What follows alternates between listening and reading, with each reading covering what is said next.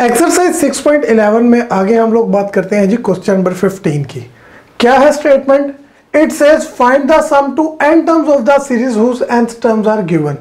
There are two parts for this question. Second part मैंने लिखा है जी n square plus 4n plus 1, मतलब मुझे nth टर्म सीरीज की गिवन है और मैंने पहली टर्म से लेके इस nth टर्म तक इस सीरीज का सम मालूम करना है। कैसे मालूम करेंगे जी सम को? जब हमें nth टर्म गिवन हो तो इन दैट केस हम लोग क्या करते हैं जी, हम उस सीरीज की kth टर्म फाइंड कर लेते हैं एंड देन उसके ऊपर समेशन इंडेक्स यूज कर लेते हैं फ्रॉम 1 to n, क्योंकि सम टू n टर्म्स मांगा तो 1 से n का यूज कर लेंगे।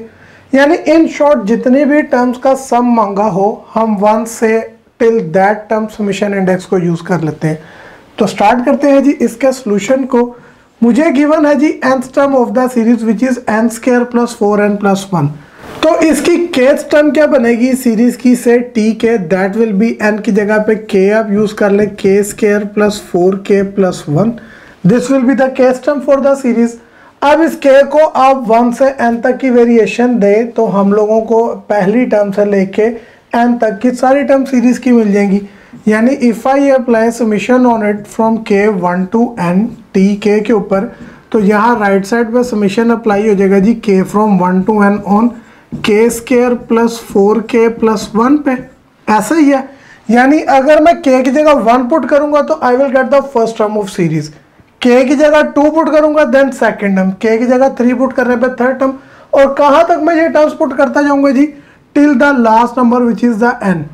अब क्या करना है जी, समेशन की प्रॉपर्टीज इस पर अप्लाई करें, सेपरेट कर ले सिग्मा को, यानी sigma k from 1 to n k square पे होगा अलग, प्लस 4 कांस्टेंट है, इसको समेशन से बाहर कॉमन निकालने तो k from 1 to n apply होगा जी k पे, प्लस सिग्मा आपका अप्लाई होगा k फ्रॉम 1 to n किसके ऊपर जी 1 के ऊपर।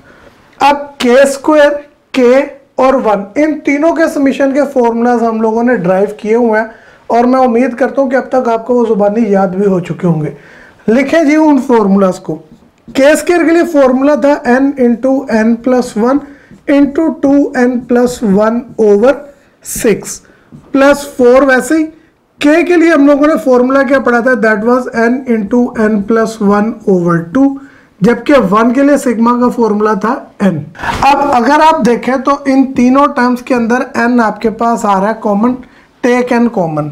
n को जब कॉमन निकालेंगे तो अंदर आपके पास क्या बचेगा जी n plus 1 into 2n plus 1 over 6 आ जाएगा जी from the first term. Second term में ये 2 1 ज़ा 2 2 2 ज़ा 4 कटिंग हो रही है आपके पास, तो यहाँ से आपके पास क्या आ जाएगा जी, you will have 2 into n plus 1 और लास्ट में से थर्ड टर्म में से n आपने कॉमन ले लिया तो 1 बच जाएगा एज इट इज। अब इन तीनों टर्म्स का हो रहा है एलसीएम, 6 डिनोमिनेटर में तो 6 विल बी द एलसीएम। ले जी इसका एलसीएम, बाहर वाला n वैसे ब्रैकेट के अंदर 6 आपने ले लिया एलसीएम। जब एलसीएम और डिनोमिनेटर सेम हो फ्रैक्शन का तो न्यूमरेटर की वैल्यू वैसे ही आ जाती है, यानी कि n प्लस 1 की प्रोडक्ट 2n प्लस 1 से आएगी as it is. Then we had a plus before the second term. अब इसके डिनोमिनेटर में कुछ नहीं है, so 6 2s are 12 into n plus 1 आ जाएगा जी आपके पास, and then plus was before the third term. यह 6 1 से भी होगा, so we will have 6 1s are 6।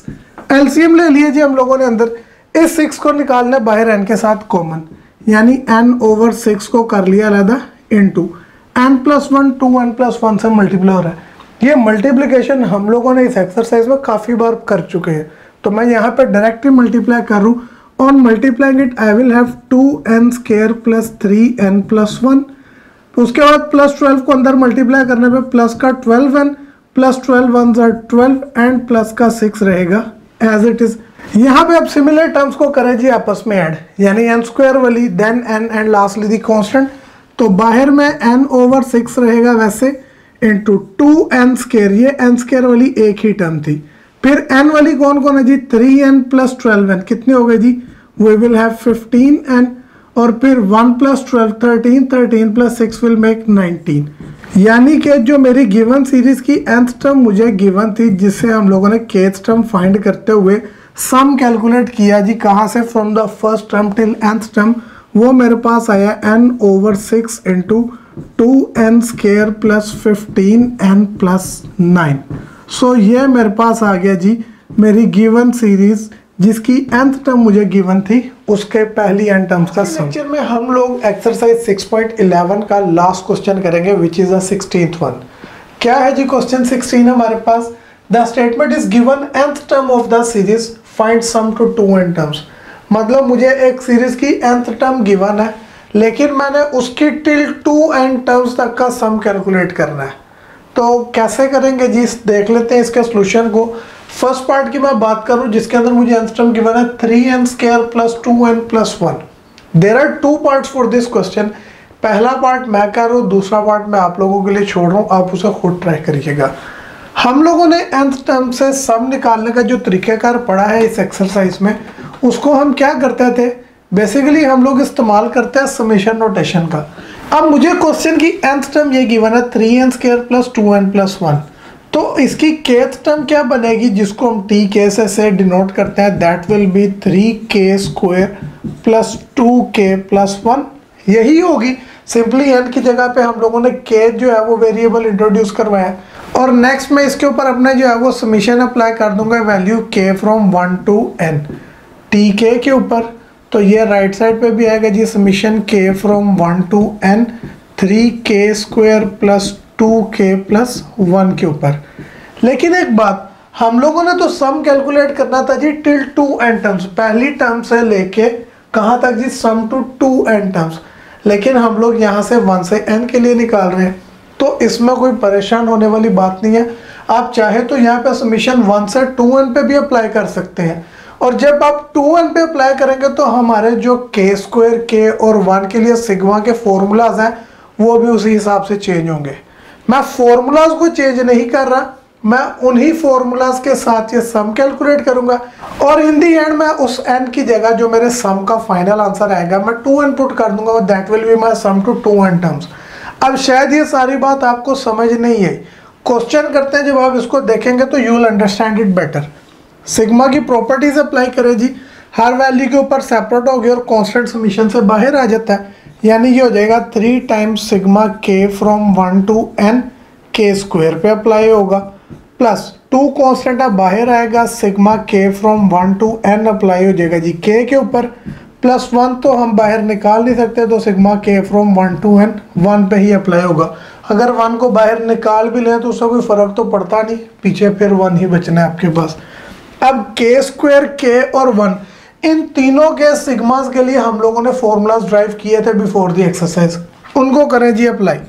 3 आ गया। वैसे ही k स्क्वायर के लिए फॉर्मूला क्या था, it was n into n plus 1 into 2n plus 1 over 6 plus 2 आएगा। वैसे ही k के लिए फॉर्मूला था जी n into n plus 1 over 2, जबकि 1 के ऊपर समीशन इंडेक्स हमने कहा था ये n रिजल्ट करता है। अब यहाँ पे आपके पास कटिंग हो रही है क्या जी, 3 1s are 3 3 2s are 6।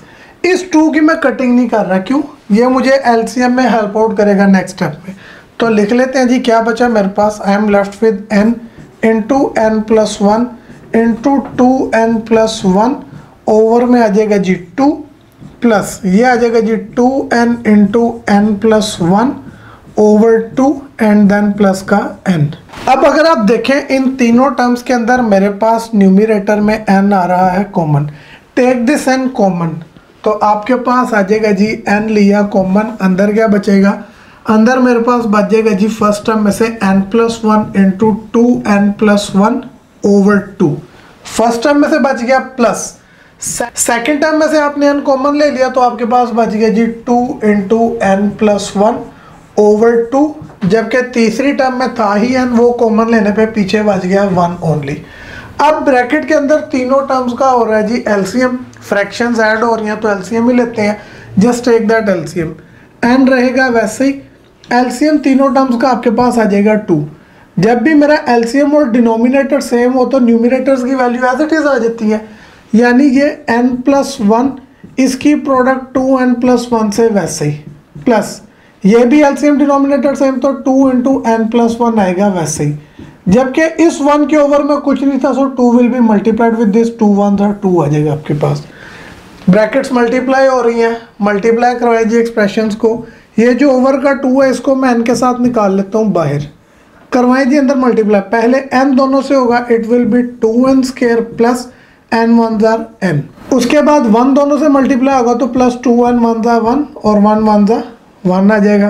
Plus 2 को अंदर मल्टीप्लाई करवाए तो ये 2n प्लस 2 वंस आर 2 और ये लास्ट वाला 2 रहेगा आपके पास एज इट इज। अब फर्दर क्या हो रहा है जी, n/2 को रखा है वैसे ही। सिमिलर टर्म्स को कंबाइन करें, पहले n square then n and lastly the constant. n square वाली मेरे पास एक ही टर्म है विच इज 2n का स्क्वायर, ऐसा ही है।